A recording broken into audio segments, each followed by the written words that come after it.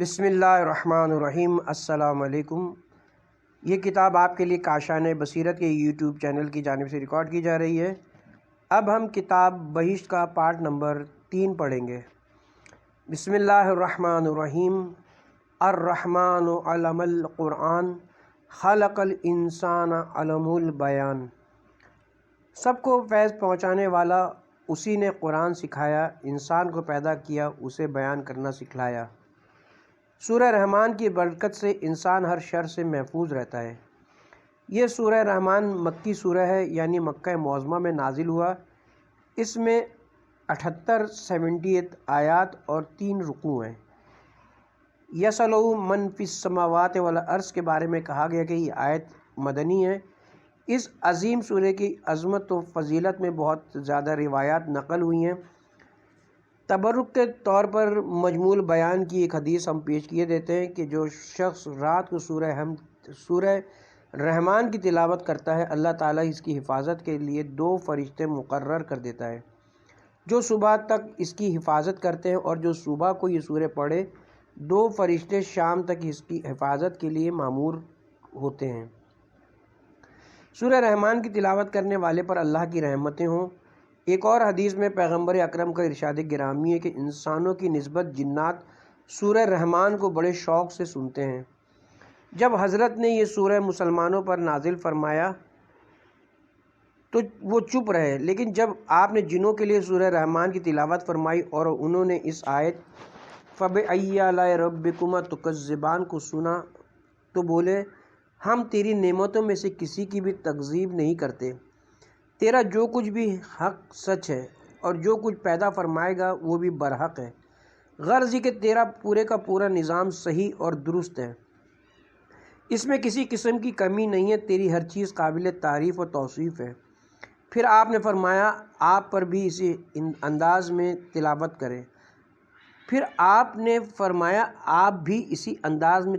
کریں۔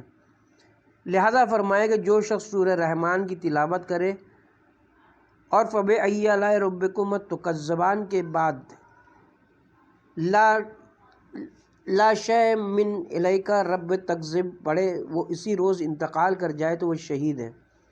جو شخص سورہ رحمان پڑھے اور اس نے اللہ تعالیٰ کی عطا کردہ نعمتوں پر شکر ادا کیا، اس لیے خداوند کریم اس کی تمام لرزشوں، خطاؤں اور غلطیوں کو معاف کر دیتا ہے۔ انسان واقعی سر سے پاؤں تک کمزور ہے، اسے رحم و کرم کی ضرورت ہے۔ دنیا، برزخ، قیامت میں اس کے بے شمار اندرونی و بیرونی سطح پر دشمن موجود ہیں۔ موت، قبر، صراط میں اس نے بڑے بڑے خطرات سے گزرنا ہے۔ الغرض کمزوری ہی کمزوری ہے، ضرورت و احتیاج کے سوا اس کے پاس کچھ بھی تو نہیں ہے۔ اللہ تعالیٰ کی ایک صفت رحمانیت ہے، وہ سورہ رحمان کی تلاوت کرنے والے کے ساتھ معاملہ کرتا ہے کہ تو سورہ رحمان پڑھ اور اس پر عمل کر، میں تجھ پر اپنی رحمتوں برکتوں کی بارش کروں گا، اور تجھے دنیا، آخرت، موت، قبر، صراط اور کسی مقام پر بھی مشکلات کا سامنا نہ کرنا پڑے گا۔ چہرہ نورانی اور شفاعت قبول۔ حضرت امام جعفر صادق علیہ السلام فرماتے ہیں کہ سورہ رحمان کی تلاوت کو ہرگز ترک نہ کرو۔ ایک اور حدیث میں تاکید کے ساتھ کہا گیا کہ جمعۃ المبارک کے روز اس کی ضرور تلاوت کی جائے۔ اس سورہ کی ایک خصوصیت یہ بھی ہے کہ منافق کے دل میں نہیں رہتی۔ شاید اس سے مراد یہ کہ منافق شخص اس سورہ کو مستقل طور پر نہیں پڑھ سکتا، یعنی اللہ تعالیٰ اسے یہ توفیق سلب کر لیتا ہے۔ قیامت کے روز یہ سورہ انتہائی چمکتی دمکتی ہوئی حالت میں آئے گا۔ ایک طرف حسن و جمال کی بارش ہوگی تو دوسری طرف معطر ہوائیں چل رہی ہوں۔ کیا خوبصورت سما ہوگا وہ۔ دراصل یہ سورہ اپنا تعارف خود کروا رہا ہے۔ جنت اور اس کے خوشنما مناظر کا ذکر اپنے پڑھنے والے پر وجد طاری کر دیتا ہے۔ گویا آرام ہے تو بہشت میں ہے، سکون ہے تو آخرت میں ہے، نعمتیں تو صرف اور صرف جنت الفردوس میں ہے۔ سورہ رحمان کی تلاوت کرنے والا اللہ کے نزدیک دوسروں کی نسبت زیادہ عزیز ہے۔ چنانچہ اللہ تعالیٰ ارشاد فرمائے گا کہ کون ہے وہ شخص جو اپنی زندگی میں سورہ رحمان کی پابندی کے ساتھ تلاوت کیا کرتا تھا۔ اس سورہ کا نورانی چہرہ بارگاہ الہی میں عرض کرے گا، پروردگار فلاں شخص اور فلاں آدمی رات کو، اور فلاں شخص ہفتے میں ایک بار، فلاں شخص مہینے میں ایک مرتبہ میری تلاوت کیا کرتا تھا۔ اس کو اسی وقت بارگاہ خداوندی میں پیش کیا جائے گا۔ سب سے پہلا فائدہ جو اس کو ملے گا اس کا چہرہ نورانی ہو جائے گا کہ جس سے پورا محشر روشن ہو جائے گا۔ اس سے کہا جائے گا کہ تم جس کی بھی شفاعت کرنا چاہو کر سکتے ہو، آج تمہاری ہر بات مانی جائے گی۔ جو دوسروں کی شفاعت کرے یا عرفہ اعلیٰ مقام پر اوروں کو لے جائے، اس کا اپنا مقام کس قدر بلند ہوگا۔ واقعتاً اس شخص کی منزلت و عظمت بہت زیادہ ہوگی۔ روایت کے مطابق قیامت کے دن قرآن مجید ظاہری شکل و صورت اختیار کرے گا، وہ خود بولے گا اور شفاعت کرے گا۔ ممکن ہے کہ کوئی شخص اس بات کو تسلیم نہ کرے کہ بھلا جس چیز کی آج کوئی صورت یا کیفیت نہیں ہے، کل کلاں کس طرح کی شکل و صورت میں ہوگی۔ ان کی خدمت میں عرض ہے کہ بالکل ایسا ہی ہے۔ اللہ تعالیٰ کے علم و قدرت کے سامنے کوئی چیز مشکل نہیں ہے۔ جو چیزیں آج دکھائی نہیں دیتی یا آج ان کا وجود نہیں ہے، کل روز قیامت اپنی اصلی اور ظاہری شکل میں ظاہر ہوں گی، اور انسان ان کو دیکھ کر حیران بھی ہوگا اور لطف اندوز بھی ہو۔ لفظوں کی خوبصورتی۔ اس سورہ مبارکہ میں نعمتوں، آسائشوں اور بابرکت مسرتوں کو انتہائی نفیس انداز اور خوبصورت لفظوں، خوشنما جملوں، لطیف پیرائی میں پیش کیا گیا ہے، گویا حسن و زیبائی اور حسن ترتیب کے ساتھ بیان کیا گیا ہے، جیسا کہ نعمتوں کا ذکر مسرور کن ہے۔ اسی طرح عبادت کی زیبائی بھی انتہائی پرکشش ہے۔ خوش نصیب ہے وہ شخص جو آخرت کی باتیں سن کر خوش ہو اور کسی قسم کی اکتاہٹ کا اظہار نہ کرے اور نہ ہی اخروی حقائق کا انکار کرے۔ اس نوع کی حقیقتوں سے ہمیشہ جاہل افراد انکار کرتے ہیں۔ جو شخص کھلے ذہن کا مالک ہوتا ہے وہ حقیقت کا بہت جلد ادراک کرتا ہے۔ وہ اس حقیقت کو بھانپ لیتا ہے کہ جس طرح انسان ماں کی شکم سے باہر آ کر دنیا میں قدم رکھتا ہے، اسی طرح وہ ایک نئی زندگی جو کہ ہمیشہ رہنے والی ہوگی میں قدم رکھے گا۔ اور قرآن مجید میں جن حقائق یا جن نعمتوں کا تذکرہ کیا گیا ہے وہ حتمی اور یقینی ہیں، اور جو شخص نیک کام کرے گا اس کے اجر اور ثواب کے طور پر بہشت کی لازوال نعمتوں سے نوازا جائے گا۔ ہمارا عقیدہ ہے عالم برزخ اور قیامت میں اعمال کی صورتیں ظہور پذیر ہوں گی۔ اگر اعمال نیک ہوں گے تو ان کی خوبصورت شکلیں اور دل پذیر اور معطر خوشبوئیں اس ماحول کو معطر کریں گی۔ اگر خدا نخواستہ اعمال اچھے نہ ہوئے تو قبیح و بدترین بو سامنے آئے گی۔ اس دنیا میں جو کچھ بھی ہے وہ اس جہاں کی عکاسی کرتی ہے، لیکن اس جہاں اور اس جہاں میں ہماری سوچوں سے بھی زیادہ فرق ہے۔ حدیث نبوی کا مذاق اڑانے کی وجہ سے زمرہ کا انجام۔ بحار الانوار کی تیسری جلد میں لکھا ہے کہ ایک روز حضرت امام زین العابدین علیہ السلام کی خدمت میں چند افراد بیٹھے ہوئے تھے۔ ایک شخص نے امام علیہ السلام سے حدیث بیان کرنے کی درخواست کی۔ آپ نے ناراضگی کے طور پر اس جملے کو بار بار دہرایا، امام علیہ السلام کے فرمان کو اگر بیان نہ کریں تو لوگ کہتے ہیں کہ بخل کیوں کیا ہے، اگر بیان کر دیں تو مانتے نہیں اور الٹا مذاق اڑاتے ہیں۔ بعض حاضرین کہتے ہیں کہ ہم سب سنتے ہیں اور قبول کرتے ہیں، مذاق تو کوئی بھی نہیں کرتا۔ حضرت نے ارشاد فرمایا کہ میرے جد امجد نے یوں بیان فرمایا کہ جب کوئی اس دنیا سے کوچ کرتا ہے تو لوگ اس کے جنازے کو کاندھوں پر اٹھاتے ہیں، اس کی روح جنازے کے اوپر حرکت کرتی ہے اور مردہ شخص کے اہل و اولاد اور رشتہ داروں سے کہتی ہے کہ دنیا سے دھوکہ نہ کھانا جس طرح میں نے فریب کھایا ہے، اور زندگی میں حلال و حرام کی تمیز کیے بغیر مال جمع کرتا رہا، لیکن اس سے استفادہ دوسرے لوگ کر رہے ہیں، اس کی سزا میں نے بھگتی ہے، اس لیے مجھ پر مہربانی کرو اور میرے ساتھ نرمی سے پیش آؤ اور جلدی نہ کرو۔ حضرت جب یہاں تک بات کر چکے تو زمرہ منافق امام پر طنز کرتے ہوئے بولا، بھلا کوئی مردہ بھی بات کر سکتا ہے؟ وہ احمق شخص یہ خیال کرتا تھا کہ روح کا تعلق اس جسم کے ساتھ ہے جو اس تابوت میں پڑا ہے۔ اس شخص کا یہ انکار اس کی کم عقلی اور جہالت کو ظاہر کر رہا تھا۔ یہ سن کر حضرت امام سجاد علیہ السلام نے دست دعا بلند کرتے ہوئے بارگاہ الہی میں عرض کی، بار الہ، اگر زمرہ حدیث پیغمبر کا مذاق اڑا رہا ہے تو اس کی سخت ترین عذاب میں مبتلا کر۔ کچھ دنوں کے بعد زمرہ بیمار ہو گیا اور 40 دن نہ گزرے تھے کہ وہ مردود مر گیا۔ ابو حمزہ شمالی امام سجاد علیہ السلام کی خدمت اقدس میں حاضر ہوئے اور عرض کی، زمرہ بدبخت مر گیا، میں اس کے جنازے میں شریک ہوا، میں اس کی لاش کو قبر میں اتارنے کے لیے اس کی قبر میں اترا اور اس کے چہرے کو سیدھا کرنے لگا، اچانک اس کے منہ سے نکلا، لعنت و زمرہ پر، اس کا ٹھکانہ جہنمی ہے۔ یہ واقعہ ابو حمزہ ایسے لوگوں کی ایسے لوگوں کی ایمانی پختگی اور روحانی ترقی کا منہ بولتا ثبوت ہے کہ اللہ تعالیٰ کا ان جیسے لوگوں پر خاص کرم ہوتا ہے کہ وہ روح کی فریادوں اور باتوں کو سن لیتے ہیں۔ جب زمرہ کی روح نے اس کی قسمت کا ماتم کیا تو ابو حمزہ نے سن لیا۔ یہ ان کی معرفت کی بلندی تھی، ورنہ ہر شخص تو اس قسم کے عجیب و غریب مناظر تو نہیں دیکھ سکتا۔ جیسا کہ میں نے عرض کیا کہ یہ مطلب روح سے تعلق رکھتا ہے، نہ کہ بدن سے۔ اب آتے ہیں اصل مقصد کی طرف، تو ملاحظہ فرمائیے۔ بلند رتبے اور اعلیٰ شان والا سورہ۔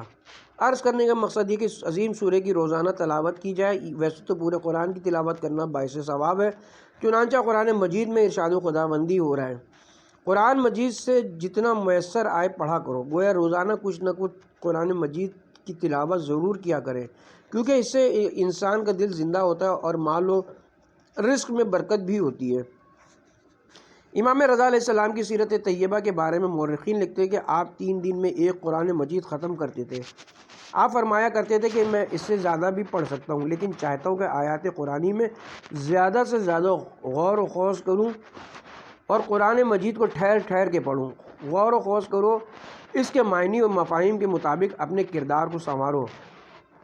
قرآن مجید کی تلاوت قیامت کے روز درجات کی بلندی کا باعث بنے گی۔ کہا جاتا ہے کہ اقرا و عرفہ کہ پڑھتا جا اور منزلیں طے کرتا جائے، یعنی انسان دنیا میں جتنا زیادہ قرآن کریم کی تلاوت کرے گا اتنا ہی قیامت کے دن اس کو اعلیٰ درجات عطا کیے جائیں گے۔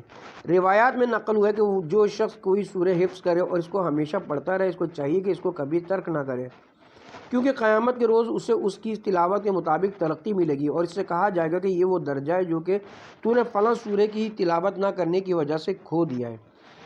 یوں تو پورے کا پورا قرآن مجید اللہ تعالیٰ کا مقدس کلام ہے، لیکن ہر پھول کی اپنی اپنی خوشبو ہے اور ہر سورہ کی الگ الگ خاصیت ہے۔ سورہ یاسین قرآن مجید کا دل شمار کی جاتی ہے تو سورہ رحمان عروس القرآن ہے۔ سورہ رحمان عروس القرآن۔ تفسیر مجموع البیان اور دوسری تفاسیر میں حضرت امام موسی کاظم علیہ السلام سے نقل ہوا ہے کہ امام علیہ السلام نے اپنے آباء و اجداد سے نقل کرتے ہیں کہ حضرت علی نے پیغمبر اکرم سے نقل کیے کہ آپ فرماتے کہ ہر چیز کی عروس ہے اور قرآن مجید کی عروس سورہ رحمان ہے۔ عروس لغت عرب میں مذکر و مؤنث کے درمیان مشترک صفت کا نام ہے کہ اسے دولہا بھی کہہ سکتے ہیں اور دلہن بھی، لیکن اجمی صرف اور صرف دلہنی کو عروس کہتے ہیں۔ اس سے مراد بہت اچھی خوشی یا وہ قیمتی ترین لمحات ہیں جو کسی نعمت اور بہت بڑی خوشی کے وقت حاصل ہوتے ہیں۔ اسی لیے تو شادی والی رات کو لیلۃ العروس کہا جاتا ہے۔ فارسی زبان میں عروسی دلہن کو کہتے ہیں کیونکہ شادی والی رات خوشی و مسرت کی رات ہوتی ہے۔ دلہن عزت و احترام کے ساتھ اپنے شوہر کے گھر جاتی ہے۔ اس کی ڈولی کو انتہائی تعظیم اور احتشام کے ساتھ لایا جاتا ہے۔ اس وقت تمام تر عزتیں اور نگاہیں دلہن کے لیے ہوتی ہیں۔ تمام رشتہ دار عورتیں اس کی خدمت کے لیے حاضر ہوتی ہیں۔ انواع و اقسام کے کھانوں کا اہتمام کیا جاتا ہے۔ زرق برق لباس میں ملبوس زن و مرد اور بچے دولہا دلہن کے لیے خوشیاں مناتے ہیں۔ اسی طرح جب ہم سورہ رحمان کی تشریح و تفسیر اور ترجمہ پڑھتے ہیں تو ہمیں سورہ رحمان کو عروس قرآن کہنے کی وجہ تسمیہ معلوم ہو جاتی ہے کہ یہ سورہ اور اس کی آیات اور الفاظ انتہائی مزین اور خوبصورت ہیں۔ پھر اس سورہ کی خصوصیات یہ بھی کہ اس میں اللہ تعالیٰ کی نعمتوں، رحمتوں اور انسانی تخلیق کی عجب آفرینیوں کا ذکر موجود ہے۔ واقعتاً یہ سب کچھ خداوند کریم نے انسانی کے لیے پیدا کیا ہے۔ ہماری عقلوں و ذہنوں کی رسائی ختم ہو جاتی ہے، لیکن نعمتوں کا شمار ختم نہیں ہوتا۔ اس میں ان نعمتوں کا بھی ذکر ہے جو انسان کو مرنے کے بعد انعام کے طور پر جنت میں ملیں گی۔ اس لیے تو اللہ تعالیٰ بار بار فرماتا ہے کہ تم اپنے پروردگار کی کون کون سی نعمتوں کو جھٹلاؤ گے۔ بے شک سورہ رحمان میں نعمتوں، آسائشوں، آرائشوں، خوبصورتیوں، خوشیوں، مسرتوں کو جس عمدگی کے ساتھ بیان کیا گیا ہے، انسان اش کر اٹھتا ہے۔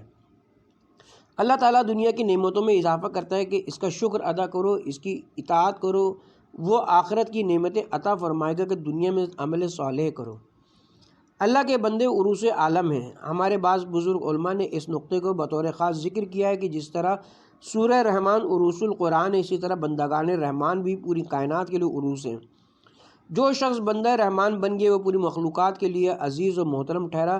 زمین کے فرشتے اللہ تعالیٰ کے نیک بندوں کے قدموں کے نیچے اپنے پر بچھاتے ہیں اور اس بات پر فخر کرتے ہیں کہ ان کے پروں کے اوپر نیک بندہ چل کر گیا ہے۔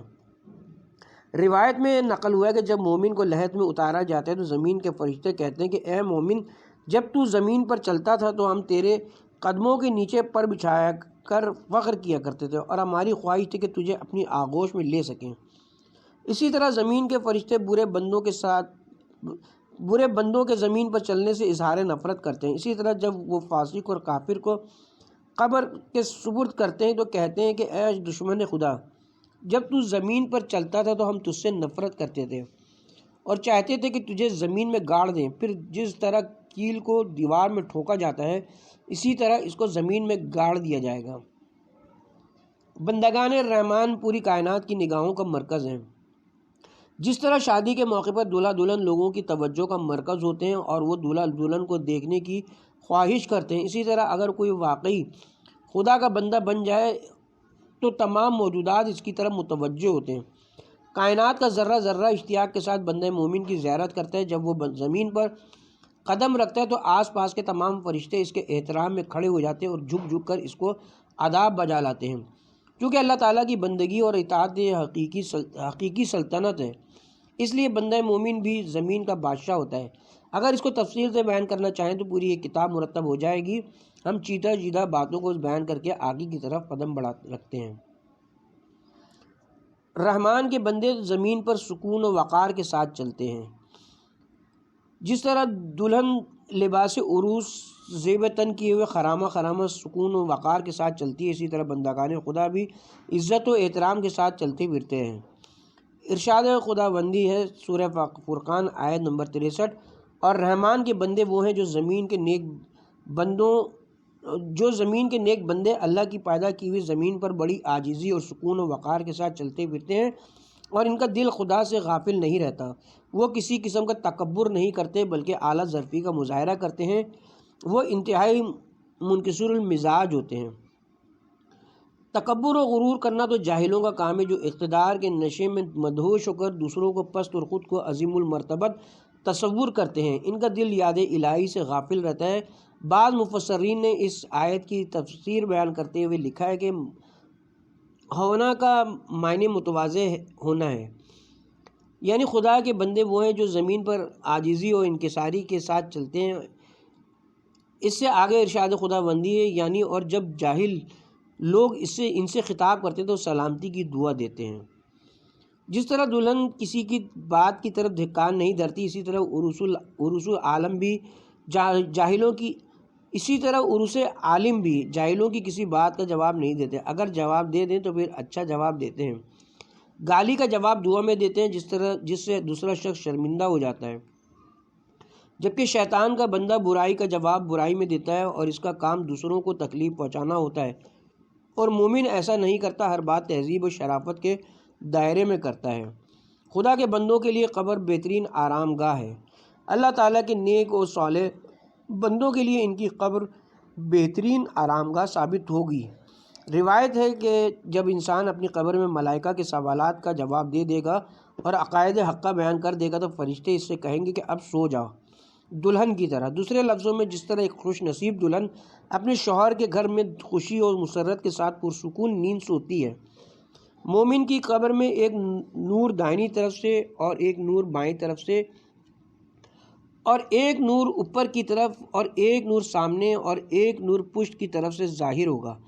گویا مومن کی قبر بقیہ نور بن جائے گی۔ نماز کا نور اوپر اور روزے کا نور دائنی طرف، حج کا نور بائیں طرف، زکوٰۃ کا نور پاؤں کی جانب اور سامنے کی طرف سے نمودار ہونے والا نور ولایت آل محمد کا نور ہوگا۔ اسی وجہ سے جناب ترہی اپنی کتاب مجموع البحرین میں قبر میں مومن کی کیفیت یوں بیان کرتے ہیں کہ فرشتے بندے مومن سے کہیں گے کہ دلہن کی سی نیند سو جا، چونکہ دلہن اپنے عروسی کے نرم و گداز بستر پر اعلیٰ ترین فاخرہ لباس پہن کر بہترین خوشبوؤں سے معطر ہو کر آرام، سکون اور مسرت کی نیند سوتی ہے۔ اس طرح مومن کی قبر بھی مختلف انوار کی وجہ سے ہر طرف سے روشن ہو جائے گی۔ جب مومن قبر میں جاتا ہے تو مومنین کی روحیں اس کے استقبال کے لیے آتی ہیں، اس کو پھول کی ٹہنی کی مانند اپنے ہاتھ میں لے لیتی ہیں اور اس کو سیر کراتی ہیں۔ یہاں پر میں آپ کو ایک مشہور واقعہ سناتا ہوں، توجہ فرمائیں۔ عالم برزخ میں مومنین مومن کی آمد کا جشن۔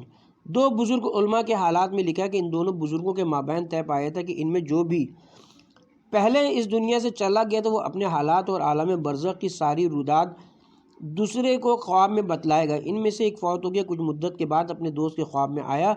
دوسرے دوست نے پوچھا کہ آپ نے اتنے عرصے تک مجھے کیوں بھلا دیا؟ وہ بولے کہ وہاں پر ایک عظیم الشان جشن منایا جا رہا تھا اور میں اس میں مصروف تھا۔ وہ دوست بولا کہ جشن کس بات کا؟ بولا آپ کو پتہ نہیں ہے کہ جناب شیخ انصاری انتقال کر گئے اور 40 راتوں تک عالم برزخ میں خوشی کا سما رہا اور جشن منایا جا رہا ہے۔ بسم اللہ الرحمن الرحیم۔ قرآنی مطالب۔ بسم اللہ الرحمن الرحیم مذہب شیعہ اور اکثر فقہا کے نزدیک ہر سورہ کا ایک حصہ ہے، یہاں تک کہ نماز میں بھی، چنانچہ سورہ فاتحہ کے بعد جس سورہ کو بھی پڑھا جائے اس سے قبل بسم اللہ الرحمن الرحیم کا پڑھنا ضروری ہے۔ سب سے پہلی آیت جو اس آسمانی کتب میں نازل ہوئی ہے اور سب سے پہلا جملہ جو حضرت آدم علیہ السلام کے پاس بھیجا گیا ہے اور سب سے پہلی آیت جس نے قرآن مجید کے ہر سورہ کی ابتدا ہوتی ہے وہ بسم اللہ الرحمن الرحیم ہی ہے۔ یہی وجہ ہے کہ یہ آیت قرآن مجید کا عنوان ہے۔ جناب محقق نیشا پوری اپنی تفسیر کے مقدمے میں ایک دلچسپ واقعہ نقل کرتے ہوئے ہیں، محترم قائرین کی دلچسپی کے لیے ہم بھی وہ واقعہ نقل کیے دیتے ہیں۔ عالی شان گھر کا خوبصورت دروازہ ملا تو کیا ملا؟ ایک بھکاری ایک بہترین اور عالی شان محل سے گزرا۔ اس کے دل میں خیال آیا کہ یہ کسی امیر آدمی کا گھر ہے، اگر اس نے ان سے کچھ سوال کیا تو اس کو بہت کچھ ملے گا۔ چنانچہ اس نے دق الباب کی اور اپنا مسئلہ بیان کیا۔ اس محل والوں نے اس کو ایک سوکھی روٹی دے دی۔ جب اس نے وہ روٹی دیکھی تو اپنا سر پیٹتا رہ گیا اور اپنا کشکول لے کر اس گھر کے در و دیوار سے پیٹنے لگا۔ لوگوں نے اس کو روکا ٹوکا کہ یہ تو کیا کر رہا ہے؟ اس نے جواب دیا کہ یہ دروازہ کہتا ہے کہ کسی امیر ترین شخص کا گھر ہے، حالانکہ اس میں خود ایک بھکاری رہتا ہے۔ اس خوبصورت گیٹ کو توڑ دیجئے یا اپنی عطا اور سخاوت کو بہتر کیجئے۔ جناب محقق نیشا پوری نے یہ واقعہ نمونے کے طور پر بیان کیا کہ دنیا کے سلاطین اور بادشاہ کنجوسی اور بخل اس لیے کرتے ہیں کہ وہ خود مانگنے والے ہوتے ہیں۔ ان کے نزدیک دولت کسی کو دینے سے ختم ہو جاتی ہے، جبکہ اللہ تعالیٰ کریموں کا کریم، سخیوں کا پیدا کرنے والا رحمان و رحیم ہے، اور یہ بسم اللہ اس کی رحمتوں کا مرکزی دروازہ ہے۔ قرآن مجید کے ہر سورہ کی ابتدا اسی سے ہوتی ہے، لہٰذا اللہ تعالیٰ تو پوری کائنات کا مالک و خالق ہے اور اس کی رحمتوں کا دروازہ ہر شخص کے لیے ہر وقت کھلا ہے۔ آپ بھی آئیں اور اللہ تعالیٰ کی اس سب سے بڑی رحمت کا دروازہ کھٹکھٹائیں اور بسم اللہ کہیں کہ اگر وہ تم پر رحم نہ کرے تو تب شکایت کریں۔ بھلا وہ کون سا سوالی ہے جو اللہ تعالیٰ کے دربار میں اپنا سوال کرے، اسی ذات سے مانگے اور وہ اس کو نہ دے؟ یہ ہو ہی نہیں سکتا۔ اسے جو بھی مانگے وہ دے دیتا ہے، اگر نہ دے تو اسے رحمان و رحیم کون کہے گا؟ بسم اللہ کی برکت سے ہر مشکل آسان ہو جاتی ہے۔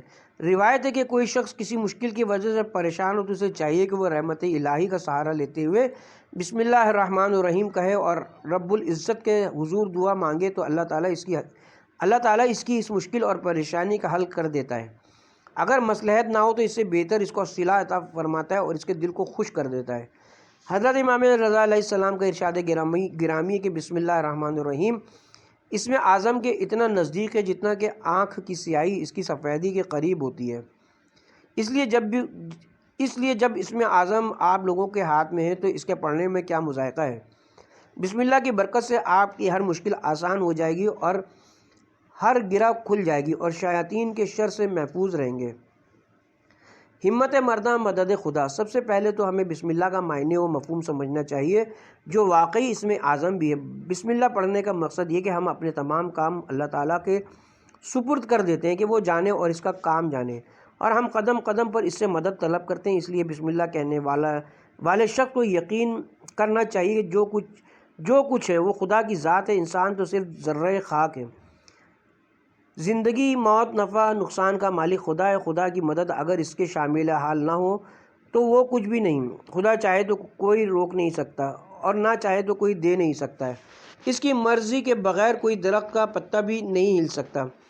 کتنے ایسے لوگ ہوتے ہیں جو گھر سے باہر نکلتے ہیں واپس نہیں لوٹتے، اور کتنے ایسے لوگ ہیں جو عمارتیں تو شروع کر لیتے ہیں لیکن انہیں مکمل نہیں کر پاتے۔ بسم اللہ کہنے کا مقصد ہی یہی ہے کہ بسم اللہ کہنے کا مقصد ہی یہی ہے کہ ہم اللہ تعالیٰ کے حضور انتہائی عاجزی اور انکساری کے ساتھ التجا کریں، اس سے مدد مانگیں اور یقین کامل کے ساتھ منزل کی طرف رواں دواں ہوں۔